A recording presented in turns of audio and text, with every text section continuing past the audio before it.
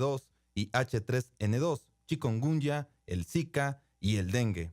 Aquí es donde hay que considerar la participación de la ciudadanía, que lamentablemente continúa en su mayoría haciendo caso omiso a los programas preventivos de las autoridades de salud y las instrucciones giradas para que participen en el establecimiento de los cercos epidemiológicos al descubrirse brotes con la amenaza de propagarse hacia los sectores vecinos. Y ponemos de esta forma sobre la mesa el tema de por qué no pasar de los comunes descarcharres a intervenciones más directas y obligatorias con sanciones y apenas inclusive para aplicarlas por sobre cualquier costo político o a quien o quienes incurran en irregularidades contra el medio ambiente o se les sorprende tirando basura en lugares públicos. Según los datos del informe más reciente de la Dirección General de Epidemiología de la Secretaría de Salud, en el que se muestra que las infecciones respiratorias agudas han rebasado la zona de éxito conocida como Q1, en la que nos encontrábamos hasta el 11 de febrero del 2016, y la de alarma Q3 para ingresar claramente desde el 25 de febrero a la zona de epidemia. En cuanto al Zika, suman 143 casos confirmados en México según el último reporte de la Dirección de Epidemiología de la Secretaría de Salud. Entre estos casos hay 20 mujeres embarazadas quienes son monitoreadas para descartar microcefalia en sus bebés.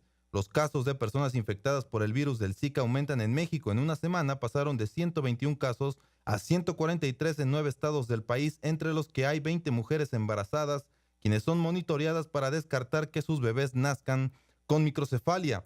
En el reporte de la Dirección de Epidemiología de la Secretaría de Salud fechado hasta el 4 de marzo del presente año, destaca que en Chiapas se encuentra el mayor número de casos con 72 y le sigue Oaxaca con 56.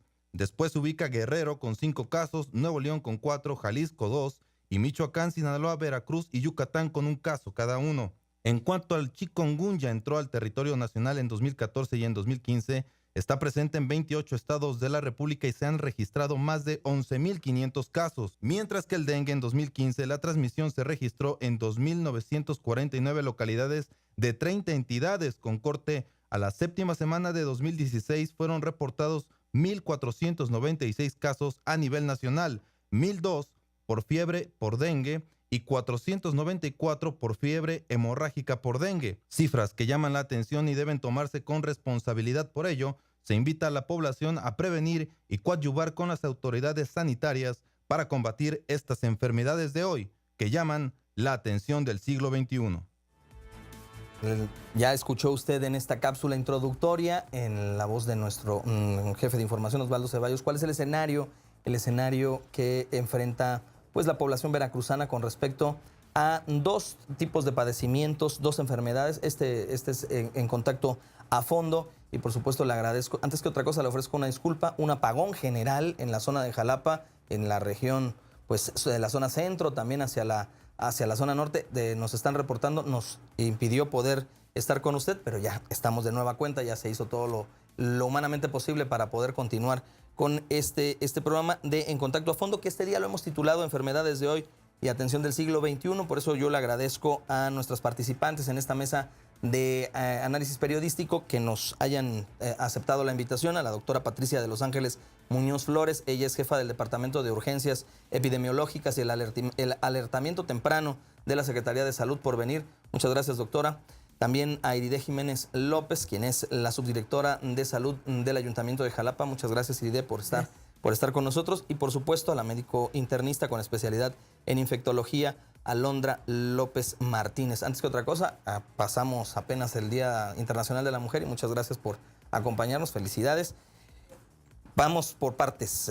Doctora Patricia de Los Ángeles Muñoz, usted en el sector salud como responsable de esta Departamento de Urgencias Epidemiológicas, platícanos un poco para que la sociedad que nos está sintonizando y nos sigue a través de Digicable y también en la máquina entienda un poco qué es la influenza, definir qué es la influenza y por supuesto se presenta la influenza solamente en temporada invernal, porque hay quien piensa que es un padecimiento que solo se da en invierno. Claro, hablar de influenza es hablar de infecciones respiratorias agudas. La influenza como parte de estas infecciones respiratorias agudas, pues puede presentarse en cualquier época del año, ¿no? Sin embargo, bueno, es de esos padecimientos que denominamos estacionales porque tiene una predilección por incrementarse, pudiéramos decir, durante los meses de invierno, que son el momento en que el virus es más propicio para propagarse, ¿no? Sin embargo, bueno, se puede presentar en cualquier época del año, igual que cualquier otro tipo de infección respiratoria. Se Sí. presenta, y se lo preguntamos porque también hemos recibido llamadas, comentarios de las personas que nos escuchan sobre y la información que surge también de la Ciudad de México en el sentido de que pareciera que hubiese una epidemia de influenza a nivel nacional y también otro tema que es muy cuestionable, ¿todas las infecciones respiratorias se pueden clasificar como influenza? Bien, cuando nosotros hablamos de una epidemia es porque, bueno, estamos hablando de niveles de casos que sobrepasan lo que está esperado para un periodo determinado. La influenza tiene un comportamiento epidemiológico un tanto particular en el sentido de que, bueno, lo que en un sitio se desarrolla como un incremento para otro sitio no puede estar sucediendo de la misma manera, de tal forma que, bueno, hay como que picos muy locales, muy regionales en determinado territorio y no así en otros. Y cuando va disminuyendo en un lugar, puede presentarse en otro lugar. De modo que, bueno, como tal una epidemia en este momento pues no se tiene, sin embargo, pues bueno, viendo las características de la temporada, pues siempre es necesario reconsiderar las recomendaciones al respecto de infecciones respiratorias agudas. Sí. Alondra López Martínez, médico internista y especialista también en infectología, preguntar, ¿todos los casos de influenza, todos los casos de enfermedades respiratorias requieren tratamiento antiviral? Porque se ha comenzado a señalar que hay una falta de medicamentos, de desabastos. Tú desde el punto de vista de la medicina privada, estás colaborando en el Hospital Ángeles, ¿qué es lo que ocurre con esto? Y también preguntarte a qué se refieren cuando hablamos de grupos de riesgo. ¿Quiénes son los grupos de riesgo para que también la sociedad tenga una idea de cómo enfrentar de manera positiva este tipo de casos, ¿no?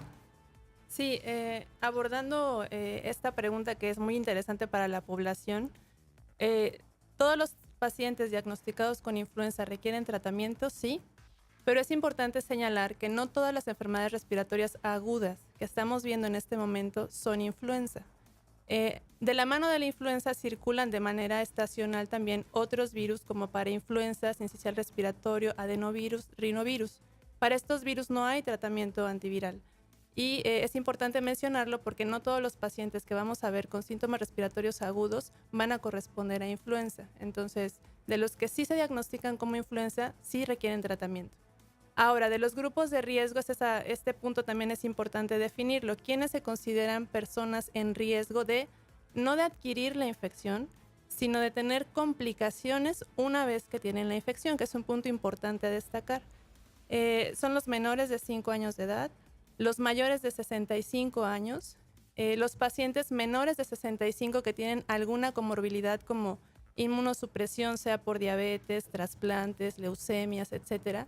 Y un punto importante es que, lo que sucedió en la pandemia del 2009, sí se vio que los grupos de riesgo jóvenes, personas jóvenes con obesidad, se consideran ahora un grupo de riesgo para tener complicaciones por influenza. También preguntarte, Alondra, ¿necesariamente se requiere de tomar muestra a los pacientes para tratarlos, específicamente cuando presentan pues síntomas que pudieran estar identificados con esto de la influenza? ¿Y qué opinión le merece, por ejemplo, al panel de médicos que nos acompaña este día, de estas doctoras, pues esto de las pruebas rápidas para determinar si se padece o no influenza? Bueno, tomando de primera mano la pregunta, si necesito una prueba para diagnosticar influenza, es una pregunta un poco truculenta, porque depende mucho de en qué momento de la temporada de influenza estemos. Si estamos al principio de la temporada, es muy probable que no esté segura si los síntomas respiratorios corresponden o no a influenza. En ese momento pudiéramos utilizar algún tipo de prueba. La recomendación general que hace Secretaría de Salubridad es hacer PCR de influenza que difiere de las pruebas rápidas, porque las pruebas rápidas son pruebas que no se basan en material genético del virus, sino en antígenos virales y que nos dan una información precisa. La PCR de influenza nos da una información precisa sobre si hay o no influenza. En este momento donde la actividad de influenza es alta, no necesito una prueba ni rápida ni PCR de influenza para definir si un paciente tiene datos sugerentes de influenza, que también es un grupo de síntomas muy específicos que hacen el diagnóstico de influenza con una sensibilidad por arriba del 70%. ¿Sí? Iride Jiménez López, subdirectora de Salud del Ayuntamiento de Jalapa, ¿qué medidas preventivas se deben de adoptar al interior de los hogares, de las familias aquí en Jalapa y en el estado de Veracruz, sobre todo para prevenir y evitar casos de influenza? Y el otro asunto es los servicios de salud de Veracruz a nivel municipal, a nivel estatal, en el sector en general de la salud. ¿Está preparado para atender una posible pandemia o un posible brote epidemiológico de dimensiones importantes? Bueno, por indicaciones del licenciado Américo Zúñiga, estamos trabajando mucho en lo que es la prevención y promoción de la salud.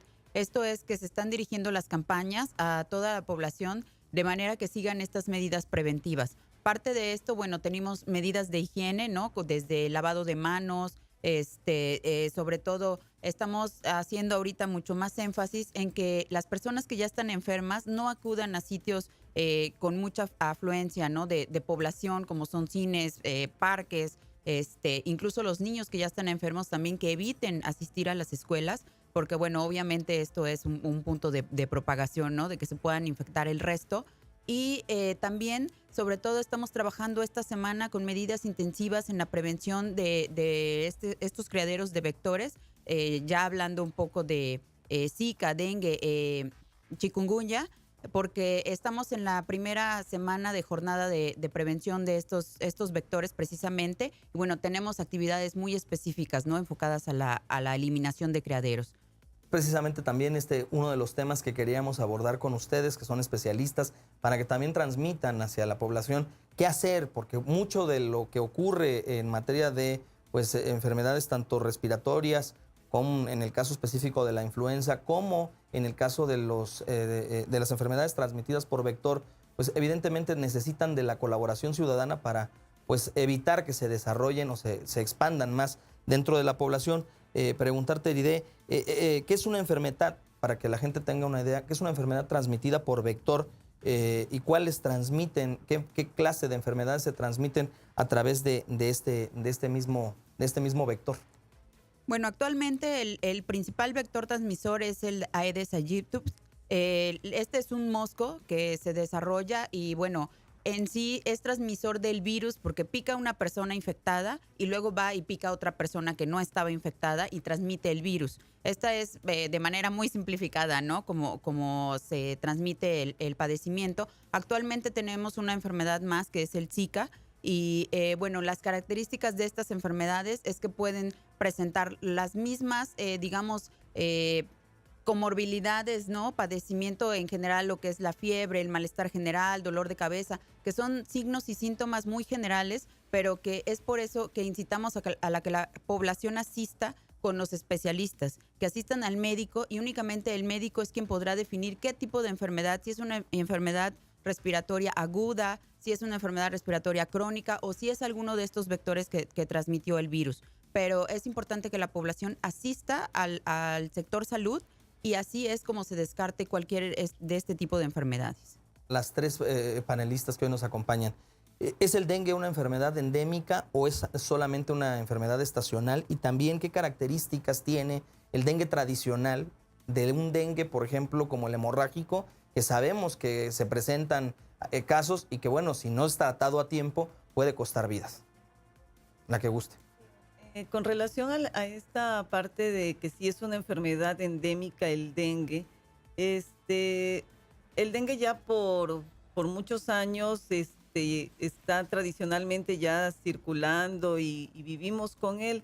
Cuando hablamos de enfermedades que se presentan de manera ya común en nuestro medio sin que esto rebase los niveles, esperados permitidos para cierto padecimiento, hablamos entonces de que esa enfermedad pues es endémica, ¿no? O sea, es propia y vive con nosotros. Lo importante aquí es pues conocer el padecimiento, como ahorita ya mucho se ha difundido y se conoce acerca de dengue, sobre qué es lo que tenemos que hacer, qué es lo que la población tiene que hacer para evitar enfermar por un lado y qué tiene que hacer para evitar complicaciones, ¿no? Que sería el segundo punto una vez que enferma.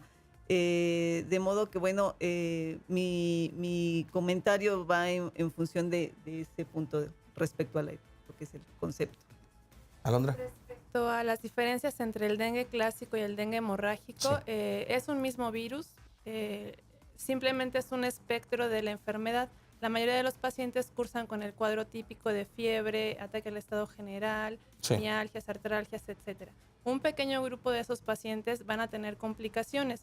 En general, ¿cómo identifico si un paciente tiene o no dengue hemorrágico y qué puedo hacer para evitarlo? Es una respuesta intrínseca del organismo, no hay algo que yo pueda hacer para evitar que me dé específicamente dengue hemorrágico. Y clínicamente se diferencia del dengue clásico, o un indicador es el número de plaquetas. Sin embargo, no es el problema de fondo. Es un indicador que como médico me hace llamar la atención sobre si ese paciente está o no en riesgo de tener dengue hemorrágico. Eso, y ya el cuadro florido de dengue hemorrágico es un ataque sistémico, por decirlo de manera muy simple, en donde hay fuga capilar a tercer espacio y da problemas como hipotensión y necesidad de vigilancia del paciente en un área intrahospitalaria, ya sea medicina general o terapia intensiva. También otro de los temas que, pues, de enfermedad transmitida por vector que ha causado pues, cierta conmoción entre la población y preocupación, alerta o alarma, es la presencia de este virus de chikungunya, que no era un virus que tradicionalmente conviviera con la población en el estado de Veracruz, sino estábamos acostumbrados a hablar pues, del dengue y del dengue hemorrágico, pero de repente apareció este chikungunya. ¿Qué es el chikungunya? ¿De dónde proviene? Y también, ¿tiene alguna relación o nexo con esta nueva enfermedad que aparece y que también se transmite por vector, conocida como Zika? Con relación a chikungunya, es una enfermedad, llamémosla como emergente, una enfermedad que en su momento pues ya se conocía, pero no su dispersión aquí en el continente, ¿no? Es una enfermedad que estaba muy localizada a otra parte, a otra región del mundo, pero que de pronto, bueno, se comienza a dispersar, y dado que toda la población nunca había estado en contacto con este virus, pues somos susceptibles de enfermar toda la población, ¿no? Entonces, una vez que una enfermedad como esta, en donde encuentra las condiciones propicias del ambiente, el vector, que además es el mismo que para dengue, pues encuentra condiciones para poder dispersarse a lo largo de cualquier territorio, que es lo que sucedió ahorita en el continente americano. Bueno, preguntarte también, Iride Jiménez López, ¿cómo identificar en este tipo de padecimiento, que es una enfermedad por vector, pues factores de riesgo, sobre todo prevenibles? Entendemos que si la sociedad se suma a esta cruzada, podemos tratar de bajar los índices de incidencia de este padecimiento en gran parte de la población. Así es, se está trabajando mucho en la participación ciudadana. De hecho, bueno, los convocamos a campañas como las que tenemos este próximo sábado 12 de marzo, en el cual se llevará a cabo la recolección de llantas de desuso.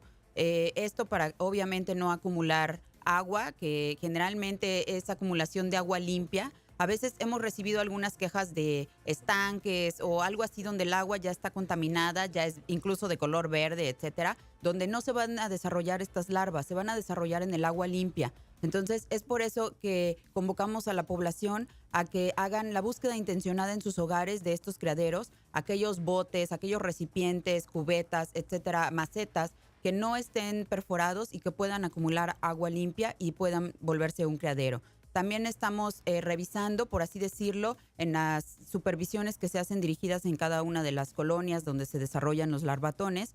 Se revisan los tanques, los tinacos de agua, aquellos recipientes donde la gente suele acumular el agua y que también muchas veces se vuelven criaderos de larvas. Entonces, para que todos estos recipientes estén tapados, los que puedan estar volteados o perforados lo estén, y si no, pues definitivamente que los desechen, ¿no? Y es importante también invitar a la población a que si llegan las autoridades en materia de salud a sus casas, a sus viviendas, pues les permitan realizar este trabajo también de abatización, precisamente con pues, los equipos de la gente de vectores, para que puedan pues, entrar a los traspatios, puedan fumigar y evitar pues, esta proliferación de mosco, que entendemos que las larvas de un mosquito en una corcholata pueden generar miles o cientos de moscos, y bueno, pues de esta manera también colabora la población, ¿no? Así es, el personal está identificado, mínimo debe de traer un gafet, una identificación de cada una de las dependencias, ya sea del ayuntamiento, de la Secretaría de Salud, y la mayoría de ellos cuenta actualmente con chalecos, ¿no? Con vestimenta también de parte de vectores, pero bueno, todos están identificados y pues claro, permitirles el acceso, ya que las acciones que realizan son fundamentales. Después de que se realizan los larvatones o descacharrizaciones en las colonias, la jurisdicción sanitaria número 5 nos está haciendo favor de apoyarnos con estas fumigaciones. Entonces, es importante la labor que se realiza en materia de prevención. También de manera conjunta las autoridades estatales como las municipales están en comunicación permanente y están participando de este tipo de eventos. Dices que tienen en puerta uno, pero también invitar al auditorio que nos está escuchando pues a una cruzada, que este fin de semana, si pueden y tienen oportunidad, pues se vayan a sus casas cada quien y puedan descacharrizar los espacios en donde vayan acumulando llantas o vayan acumulando macetas que ya no utilizan, ¿no? Así es, la comunicación es permanente y bueno, obviamente el trabajo en conjunto que se realiza, estamos trabajando en estos larvatones, estamos trabajando por colonias, generalmente estamos en medios, ¿no? Haciendo la difusión de cada una de las acciones y bueno, sí los invito, ¿no? El próximo sábado a que chequen si tienen algunas llantas de desuso, tal vez algún vecino, alguna vulcanizadora, etcétera. A veces también nos hacen quejas ciudadanas sobre los talleres mecánicos que tienen acumuladas las llantas. Entonces, bueno, una invitación, ¿no? A toda la población en general a que se deshagan de ellas. Por último, preguntarle, doctora Patricia de Los Ángeles Muñoz Flores, jefa del Departamento de Urgencias Epidemiológicas y Alertamiento Temprano de la Secretaría de Salud, en relación con el tema del Zika. Igual también la pregunta está para la doctora Alondra López. El tema del Zika trae preocupadas a las mujeres que están pues, en estado de gestación. Muchas de ellas temen que, pues, por la información que se ha ido vertiendo, pues sus hijos vayan a tener algún tipo de complicación o malformación. ¿Existe riesgo? ¿Está comprobado científicamente que la picadura de un mosco con transmisión de Zika vaya a generar estos problemas, este evento que se está presentando en algunos casos, como se apunta? Bien, respecto a esto, Zika, de igual manera que chikungunya, son enfermedades también recientes, de reciente introducción en nuestro país y en muchos países aquí del continente americano.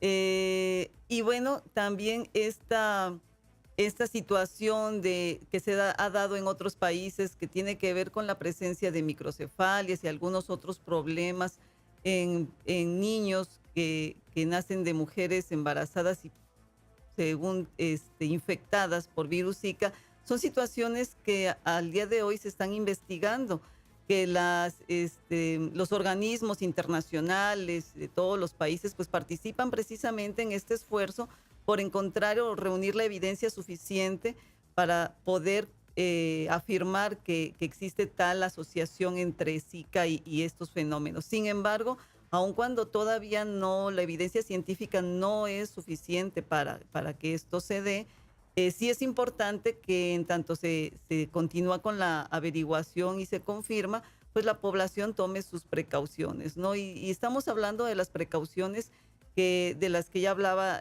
la doctora acerca de la prevención del dengue. Son las mismas medidas preventivas. Simplemente, bueno, tenemos que tomar en cuenta que ante otros riesgos, sí, y el mismo vector, que el mismo mosquito, pues considerar realmente no solo participar en las jornadas, sino además de manera constante y permanente en cada uno de los hogares, hacer y llevar a cabo las medidas preventivas que ya conocemos para evitar criaderos, que finalmente es lo que nos va a evitar enfermar, ¿no? Yo les agradezco infinitamente que hayan venido al estudio, que nos hayan acompañado a pesar de estos asuntos técnicos que, bueno, ya han sido salvados. Y por supuesto darle las gracias a la doctora Patricia de Los Ángeles Muñoz Flores, jefa del Departamento de Urgencias Epidemiológicas y Alertamiento Temprano de la Secretaría de Salud, también a la subdirectora de Salud del Ayuntamiento de Jalapa, Iride Jiménez López, por venir, y a Alondra López Martínez, médico internista con especialidad en infectología del Hospital Ángeles, por estar con nosotros este día. Muchísimas